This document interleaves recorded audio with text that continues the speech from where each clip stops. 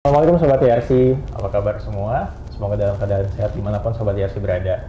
Kali ini bertemu kembali bersama saya, Dr. Riza, dalam acara Poster, Podcast Sehat bareng Dokter Rumah Sakit YRC. Kali ini kita akan berbincang-bincang mengenai masalah kesehatan yang sedang ramai ya. Dan kita temukan di dalam kehidupan sehari-hari dengan narasumber yang ahli di bidangnya ya. Please welcome Dr. Yogi ya. Mungkin Dr. Yogi bisa disapa dulu Sobat YRC berada di rumah. Ya, Assalamualaikum warahmatullahi wabarakatuh Sobat YRC. Nama saya Dr. Yogi Umbarawan, saya spesialis penyakit dalam di Rumah Sakit YRC. Baik, Dr. Yogi apa kabarnya nih dok? Alhamdulillah sehat. Sehat ya dok. Ya. Jadi gimana dok kesibukan sehari-hari ngapain aja dok? Saya praktek. Praktek ya? Prakteknya di Rumah Sakit YRC aja dok ya? Praktek di Rumah Sakit YRC. Baik, ya. baik. Senin sampai Jumat? Senin sampai Sabtu saya. Waduh, lengkap ya dok ya, Ya. Senin sampai Sabtu. Baik, sebelumnya saya mengucapkan terima kasih kepada Dr. Yogi ya karena telah bersedia hadir di acara poster kali ini. Kita akan berbincang-bincang ya dok ya. Tadi seperti yang saya sampaikan, mungkin kita lagi rame masalah terkait obesitas, kemudian juga masalah penyakit hipertensi dan lain. Tentu itu ada faktor resiko sebelum terjadinya penyakit itu tersebut ya dok ya. Nah, dengan perkembangan arus globalisasi saat ini ya dok ya, kayak dengan kemudahan teknologi, kemudian informasi ya. Jadi itu secara tidak langsung berpengaruh terhadap kehidupan kita sehari-hari ya. Secara dampak positif mungkin akan mempermudah kehidupan kita, tapi secara tidak langsung juga ada penyakit yang mengintai ya dok ya. Jadi dengan kemudahan tersebut kita mungkin akan lebih malas untuk gerak. Betul. Kayak misalnya nih dengan Sedentary life kita sebutnya ya. Iya, sedentary life. Jadi aktivitas kita lebih banyak duduk, lebih tidak aktivitas fisiknya lebih berkurang ya. Misalnya kita mau pergi jauh ya, sebenarnya bisa kita tempuh dengan jalan kaki, kita lebih memilih dengan transportasi. Kemudian terkait mungkin di kesibukan kita sehari-hari ya, kita rutin kerja, nggak sempat masak, tinggal pesan makanan online yang ternyata itu juga kandungannya udah begitu sehat ya dok ya, kayak mungkin tinggi kalori dan lain-lain. Nah, itu yang nantinya akan secara tidak langsung berpengaruh ke kehidupan kita sehari-hari ya dok ya. Nah, Ya. kita mungkin bahas terkait masalah sindrom metabolik ya dok ya. Sindrom metabolik yang mungkin sobat YRC yang berada di rumah mungkin tidak sadar ternyata saya juga sudah masuk dalam kategori sindrom metabolik ini nih. Nah, sekarang kita bahas ya sobat YRC ya, apakah dengan pembahasan ini kita dari yang berada di rumah bisa tahu ternyata kita lebih aware nih setelah kita tahu mengenai sindrom metabolik ini. Mungkin dari Dr. Yogi bisa menyampaikan definisi dulu kali dok ya, definisi dari sindrom metabolik itu sendiri. Oke. Mungkin sobat-sobat YRC sering dengar gitu ya terkait sindrom metabolik gitu ya, karena lagi banyak-banyaknya sekarang sindrom metabolik dan kasusnya memang juga sangat tinggi di Indonesia. Tapi apakah betul memang definisi kita terhadap sindrom metabolik itu sudah tepat? Apakah kita menyebut seseorang terkena sindrom metabolik sudah tepat atau tidak ya? Kita masuk ke definisi dulu, apa itu sindrom metabolik ya. Dari katanya saja sindrom dan metabolik ya. Sindrom berarti suatu kumpulan kondisi di mana kondisi tersebut menyebabkan seseorang memiliki risiko yang lebih tinggi dibandingkan dengan orang lain untuk terjadi baik itu diabetes mellitus atau orang awam sering sebut sebagai sakit gula begitu ya, kemudian hipertensi ataupun juga serangan jantung dan stroke. Mungkin singkatnya seperti itu ya. Ada beberapa kriteria yang kita gunakan untuk menentukan apakah seseorang masuk ke dalam kelompok sindrom metabolik atau tidak ya. Di antaranya pertama adalah kita biasa menggunakan data objektif berupa lingkar perut ya. Ada lingkar perut untuk laki-laki dan perempuan. Kita biasa menggunakan ini dok, IDF, International Diabetes Federation kriteria gitu untuk menentukan berapa lingkar perut yang dikatakan sebagai sindrom metabolik. Untuk laki-laki itu di atas 80 cm dan untuk untuk laki-laki di atas 90 cm, untuk perempuan di atas 80 cm. Kemudian disertai dengan beberapa kriteria yang lain. Salah satunya trigliserida di atas 150, kemudian gula darah puasa di atas 100, ataupun juga adanya tekanan darah di atas 130 per 85. Nah, 3 dari kriteria-kriteria tersebut dimiliki oleh seseorang, maka orang tersebut disebut sebagai penderita atau masuk ke kelompok sindrom metabolik, Dok. Gitu. Baik. Berarti emang harus ada kriteria harus terpenuhi dulu ya, Dok, ya, baru kita Betul. sebut Ya, harus sebagai ada sindrom angka metabolik. objektif yang diukur dan dihitung. Baik. Itu mengenai definisi sama kapan kita bisa sebut sebagai sindrom metabolik ya, Dok. Baik. Faktor resiko yang bisa terjadi yang bisa terjadi seseorang mengalami sindrom metabolik itu apa aja sih, Dok? Dengan pola hidup saat ini ya, sebagai kaum rebahan nih, misalnya saya habis makan enaknya rebahan gitu kan, nggak mau aktivitas, mau kerja, itu bisa menjadi faktor resiko apa nggak sih, Dok? Betul. Jadi sebetulnya kalau kita ngomongin kita diskusi tentang sindrom metabolik, ada banyak faktor multifaktorial yang berperan untuk menyebabkan seseorang mengalami sindrom metabolik atau tidak ya, Dok. Di antaranya selain tadi yang disebutkan, utamanya adalah usia sebetulnya ya. Semakin kita usia semakin tua gitu ya, usia kita semakin beranjak mendekati usia 30, 40, maka risiko untuk terjadinya sindrom metabolik lebih tinggi sebetulnya. Namun tidak menutup kemungkinan orang dengan masih muda gitu ya. Kadang anak kecil juga bisa mengalami sindrom metabolik begitu ya. Jadi meskipun secara faktor risikonya meningkat sesuai dengan peningkatan usia. Kemudian pola hidup ya, termasuk di dalamnya adalah makanan, kemudian juga aktivitas fisik, Dok. Ya, makanan apa saja? Biasanya adalah makanan-makanan yang mengandung tinggi gula. Tinggi gula, kemudian tinggi lemak, kemudian juga aktivitas fisik yang kurang. Yang tadi dokter sampaikan kita sebut sebagai sedentary life, yang berarti seiring dengan perkembangan teknologi, alat transportasi dan sebagainya, kita jarang sekali untuk bisa melakukan aktivitas fisik tanpa disengajakan begitu ya, Dok ya. Contohnya misalkan kalau kita ke sekolah atau bekerja, jarang sekali zaman sekarang jalan kaki kan ya. Iya, jarang sekali untuk naik sepeda, seringnya naik kendaraan umum atau kendaraan pribadi, diam, duduk, dan tidak ada aktivitas yang cukup sehingga menyebabkan seseorang memiliki risiko untuk mengalami sindrom metabolik. Lainnya tambahannya ada merokok, Dok. Merokok juga bisa menyebabkan risiko sindrom metabolik. Kemudian faktor genetik dan faktor riwayat keluarga juga berpengaruh di dalam. Sehingga faktornya sangat multifaktorial gitu kita sebutnya ya. Tidak cuma satu faktor yang kita bisa istilahnya tunjuk, tapi harus ada beberapa faktor yang berpengaruh. Ada beberapa faktor yang berpengaruh ya, Dok ya. Ya. Baik. Tadi dokter juga sempat menyebutkan ya, Dokter Yogi menyebutkan bahwa anak-anak juga bisa terkena ya, Dok ya, sebagai sindrom metabolik tergantung sesuai dengan kondisi tubuhnya pada saat itu, dan semakin bertambahnya usia, resiko juga akan semakin meningkat. Betul. Ya, Dok ya. Oke, baik. Ini mungkin terkait pola makan ya, Dok ya. Terkait pola makan. Pola makan itu tadi dokter bilang yang tinggi gula, kemudian lemak, itu juga berpengaruh. Nah, saat ini kan kita lagi rame banget ya terkait makanan fast food cepat saji.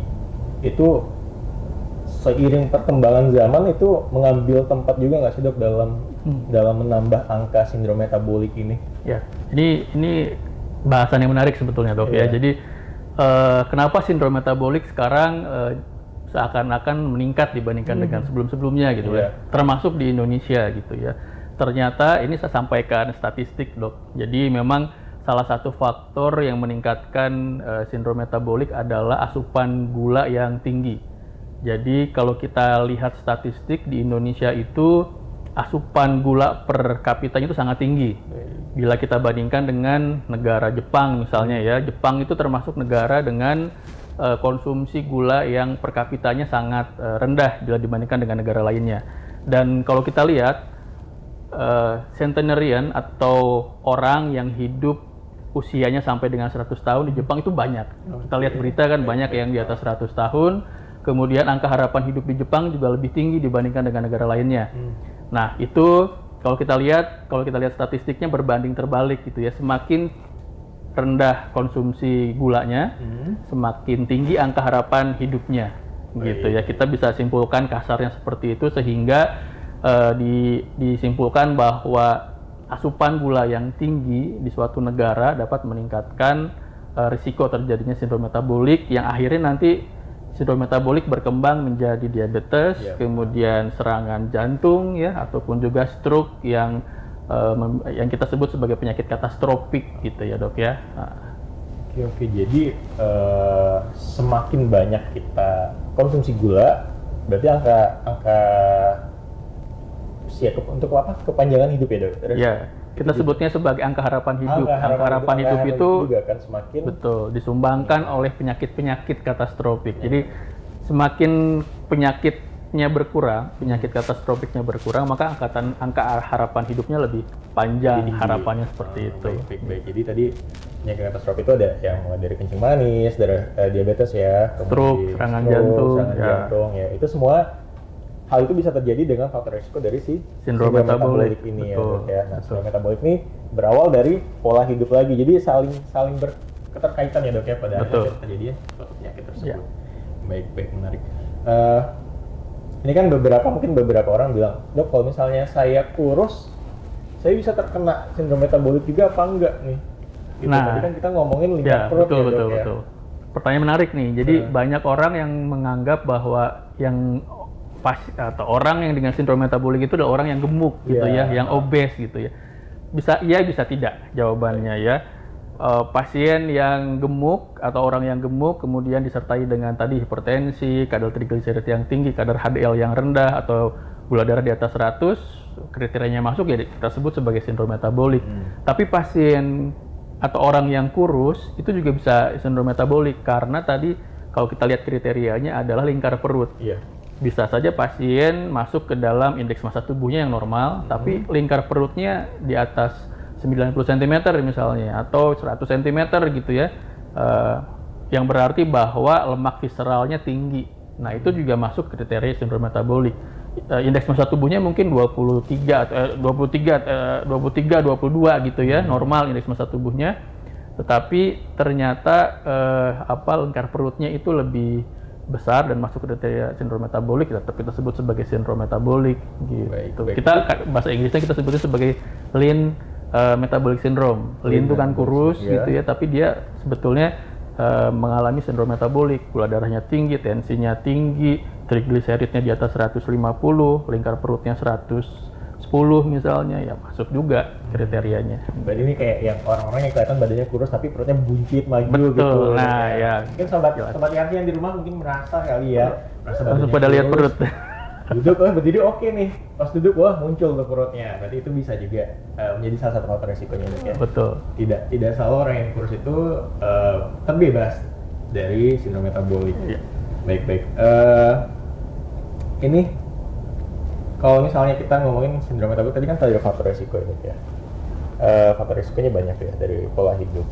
Nah kalau misalnya kita dengan mengubah pola hidup berupa diet aja nih, dari diet makanan saja tanpa melakukan olahraga, kan biasanya kan kita suka males nih ya buat olahraga, tapi yaudah kita kurangin makan aja, itu berpengaruh nggak sih dok untuk mengurangi terjadi faktor resiko sindrom metabolik ini? Ya, tentunya kalau kita bicarakan sindrom metabolik tadi, kita lihat mekanismenya ya, atau patofisiologi dari sindrom metabolik itu apa. Salah satu patofisiologinya atau mekanismenya yang terjadi dalam tubuh kita pada pasien sindrom metabolik adalah adanya resistensi insulin ya. Resistensi insulin, kemudian inflamasi kronik di sel-sel lemak, kemudian yang menyebabkan metabolisme dari glukosa ataupun juga lemak menjadi terhambat lah, seperti itu kurang lebih. Nah, sehingga apa saja yang bisa menyebabkan metabolismenya menjadi lebih baik gitu ya, resistensi insulin menjadi lebih baik. Salah satunya adalah olahraga dan mengurangi asupan makanan yang tinggi gula tadi gitu ya. Tapi semisalnya saya ditanyakan, dok saya nggak bisa nih olahraga, nggak sempet gitu ya, saya bisa nggak diet aja, saya nggak minum gula-gulaan ya, daripada nggak ada kita mulai dari konsumsi dulu, dari diet dulu, kita perbaiki diet kita sambil kita nanti perbaiki juga aktivitas fisik kita. Nah, dietnya mulai dari mana? Mulai mengurangi minuman-minuman atau makanan-makanan yang mengandung gula yang tinggi, yang sangat manis gitu ya. Ini sayangnya di kita ini agak-agak susah, soalnya zaman sekarang kan minuman banyak yang manis ya dok ya. Benar. Jadi kopi juga manisnya manis banget gitu. Kalau kita bandingkan dengan negara Jepang, misalnya balik ke Jepang, karena mereka sangat bagus sekali sistemnya, sehingga Kalau kita datang ke minimarket di Jepang itu untuk mendapatkan teh manis itu susah. Semuanya itu tuh tehnya tawar. Ada Oke. tapi susah didapatkan ya. Baik. Untuk kopi juga jarang sekali yang rasanya manis gitu ya. Rata-rata kadar gulanya sangat rendah dan dibatasi biasanya. Nah di kita kan boba ya, Iya, atau boba, kopi lagi ya, manis siapa gitu lagi ya. Setiap hari kopi, no Ya, kopi, nggak sehingga bisa kerja gitu. agak susah ya. Nah kalau saya pribadi saya sarankan ke pasien-pasien saya yang sindrom metabolik, kita mulai dari asupan makanan dulu, low sugar ya. Kita kurangin, kita potong gulanya, kemudian nanti kalau misalkan sudah asupan makannya sudah diperbaiki, dietnya sudah diperbaiki, daging-daging yang berlemak juga dihindarin gitu ya, goreng-gorengan juga dihindarin. Harapannya nanti aktivitas fisik juga bisa dimulai gitu ya. Baik. Apa jalan boleh, bersepeda boleh, berenang boleh. Berarti nggak ada alasan ya dok ya untuk tidak bisa walaupun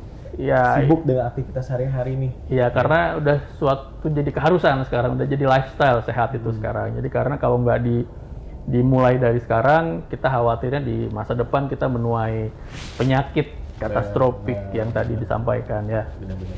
Ya. Benar sekali. Jadi menarik ya, sobat Yars yang berada di rumah ya. Jadi kita nggak, kalaupun emang kita udah punya niat nih, kita udah punya niat mau mengubah pola hidup kita, ya ada aja jalannya. Kalau misalnya emang dari sobat Yars yang berada di rumah sibuk kerja, nggak bisa berangkat pagi, pulang sore, nyampe rumah mungkin udah malam karena tempat kerja jauh, udah lelah, nggak sempat olahraga, ya udah nggak apa-apa. Kita coba mulai dari ubah dari pola makanannya ya dok ya. Makan Pola dulu nggak makanan masalah, kita nanti ubah. setelah makan dirubah. Udah oke, udah bisa Mulai- makan, ini baru kita Ya. aktivitas coba. Kadang karena ketika berat badannya masih, apalagi yang obes morbid gitu ya, untuk bergerak aja sangat sulit gitu ya. Kita coba modifikasi dari makanan dulu, nanti setelah pelan-pelan dari intensitas ringan, dari berjalan kaki keliling komplek rumah, ke jogging, ke treadmill, ke bersepeda, ke berenang, nggak masalah. Ya. Oh iya, jadi untuk orang-orang yang dengan obesitas yang ya besar ya, itu juga kita nggak menganjurkan langsung aktivitas fisik yang berat, Berat, ya dok ya. iya, karena biasanya nanti tumpuannya di lutut, Iya, lutut jadi benar. sakit, takutnya jadi osteoartritis, menjadi tambahan penyakit baru, sehingga ada beberapa aktivitas fisik yang memang kita anjurkan di awal, biasa intensitas ringan, ataupun juga dengan topangan, misalkan topangan air. Artinya- saya lihat tuh yang di tupangan itu yang binatang-binatang udah yang obesitas Iya kan? Sama manusia juga sama. Jadi mulai dari berjalan keliling kolam renang misalnya gitu ya. Karena topangan tubuhnya ditopang oleh air sehingga bebannya tidak semua diteruskan di lutut, gitu ya. Tapi otot-otot lututnya dilatih buat selama dulu. latihan tersebut gitu. gitu Ya. ya. Ada banyak cara lah ya, nggak ada alasan untuk tidak berolahraga ya. Oke, sulit ya. baik sobat Yarsi. Dari apa yang sudah disampaikan sama Dokter Yogi tadi, sebenarnya kita sudah dapat banyak insight, banyak masukan ya dari mungkin kita secara tidak sadar, kita tadi seperti saya bilang kita tidak sadar, kita termasuk mungkin sudah beberapa poin udah masuk dalam kategori sindrom metabolik tapi kita tidak sadar. Nah, dengan apa yang disampaikan sama Dokter Yogi ini, saya harap nanti ya sobat Yarsi yang berada di rumah bisa melakukan pengecekan kesehatannya ya, melakukan medical check up secara rutin. Kita mungkin tadi yang harus dinilai adalah kadar gula darahnya, kemudian tekanan darahnya, kemudian juga ada nilai profil lipidnya ya dok ya Ya, tadi ya. betul. Sama yang terakhir adalah secara fisiknya dari berat badan, lingkar perut Ya, ya, dok betul. ya. Nah lingkar perutnya itu yang untuk laki-laki di atas 90, perempuan tuh di atas 80 dan masuk dalam kategorinya gitu kan. Betul. Benar-benar baik. Mungkin nih ya buat sobat YRC yang berada di rumah, kalau misalnya ingin konsultasi lebih lanjut ya terkait masalah sindrom metabolik, boleh banget langsung datang ke rumah sakit YRC dan ingin bertemu sama Dokter Yogi, boleh ya. Tadi Dokter Yogi praktiknya di hari apa aja dok? Saya Senin sampai Sabtu. Senin sampai Sabtu. Untuk Ya. jam-jamnya atau ada buat Senin sampai Jumat saya di jam 10 sampai 12. Baik, Senin sampai Jumat jam 10 sampai jam 12, untuk hari Hari Sabtunya Sabtu jam 9. jam 9 pagi ya, dimulai dari jam 9 pagi karena biasanya hari Sabtu itu hari libur ya dok ya, beberapa mungkin jam berangkatnya dimajuin, dimundurin. Baik, semoga dengan apa yang telah disampaikan sama Dokter Yogi tadi ya, sahabat YRC berada di rumah, pengetahuan terkait kondisi medis yang kita alami saat ini atau yang mungkin ada di sekitar kita bisa kita telusuri lebih lanjut ya untuk pencegahan di masa tuanya nanti ya dok ya, seperti itu. Dari saya mungkin sekian ya dok ya, cukup untuk bincang-bincang kita kali ini ya.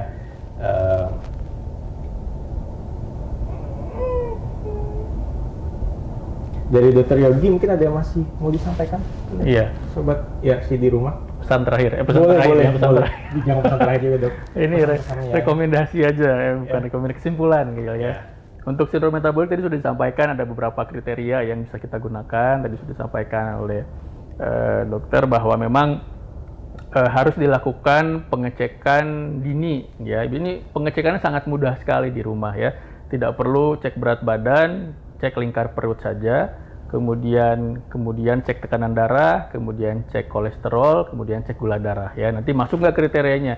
Kalau sudah masuk, apa yang harus saya lakukan? Pertanyaan itu kan dok ya. Benar. Apa yang harus saya lakukan ketika saya sudah masuk ke kategori sindrom metabolik? Yang bisa kita lakukan utamanya adalah mengubah gaya hidup dulu ya, mengubah diet, mengubah aktivitas fisik, kemudian targetnya harus dicapai. Targetnya apa saja? Tentunya penurunan kadar lemak visceral ya, lingkar perutnya harus diturunkan. Kemudian juga nanti aktivitas fisik harus dilakukan secara rutin minimal 2-3 kali selama seminggu minimalnya dengan durasi 30 menit. Boleh intensitasnya apabila belum terbiasa dengan olahraga bisa mulai intensitas ringan terlebih dahulu, nggak masalah. Intensitas ringan itu apa saja? Misalnya jalan keliling kompleks gitu ya. Kemudian nanti pelan-pelan bisa dinaikkan ke jogging begitu ya, atau bersepeda atau berenang gitu ya. Nanti ada targetnya sebetulnya nanti dok. Jadi targetnya adalah bisa dimulai dari kita hitung nadi kita ya, nadi denyut jantung kita. Denyut jantung kita misalnya saya gunakan yang pasiennya usia 20 tahun ya. Berarti berapa denyut nadi yang harus saya capai untuk mencapai aktivitas fisik yang optimal gitu ya. Ketika misalnya beratnya 20, kita bisa gunakan rumus 220 dikurangi 20 kalikan dengan presentasi target denyut jantung kita. Untuk awal-awal bisa kita gunakan 60% ya. Jadi tadi 220 dok, kurangin 20 dapat 200, kita kalikan dengan 60% ya. Itu sekitar berapa tuh dok? 120 kali per menit, pelan-pelan sehingga mencapai target 80% masuk ke intensitas sedang ya. Harapannya adalah berat badan juga bisa turun, lemak visceral juga bisa turun ya. Nanti mungkin perlu dibantu ada alat pengecekan nadi gitu ya. Zaman sekarang udah canggih dok, jam tangan bisa ya. Bisa lah ya dok, pas ya. treadmill juga kita ketika treadmill kita pegang alatnya biasanya Iya, muncul akan tuh detect nadi, juga, denyut benar. jantungnya keluar ya. Jadi ada nilai-nilai objektif yang dapat kita harus capai targetnya sehingga sindrom metabolik ini kita bisa kita perbaiki sehingga tidak terjadi muncul penyakit katastrofik di kemudian hari. Di kemudian hari. Baik, Iya. baik. Itu adalah pesan-pesan yang sangat berguna dan bermanfaat ya sebenarnya. Sebenarnya itu bukan hanya untuk saat ini tapi untuk masa tua ya dok ya. Untuk Betul. masa tua yang harus kita jaga dari Menabung kita. hari ini. Benar, Menabung untuk kesehatan ya. Baik, menabung kesehatan jangan cuma menabung duit ya. Kesehatan juga perlu ditabung dari dini. Baik, sekali lagi terima kasih saya ucapkan kepada Dr. Yogi ya telah menyempatkan waktunya untuk sharing diskusi terkait masalah kesehatan yang sering kita temui sehari-hari ya dok ya. Baik Sobat YRC, sekian sesi diskusi kita kali ini ya. Sampai bertemu kembali di acara poster berikutnya. Podcast Sehat bareng Dokter Rumah Sakit YRC. Assalamualaikum warahmatullahi wabarakatuh. Assalamualaikum.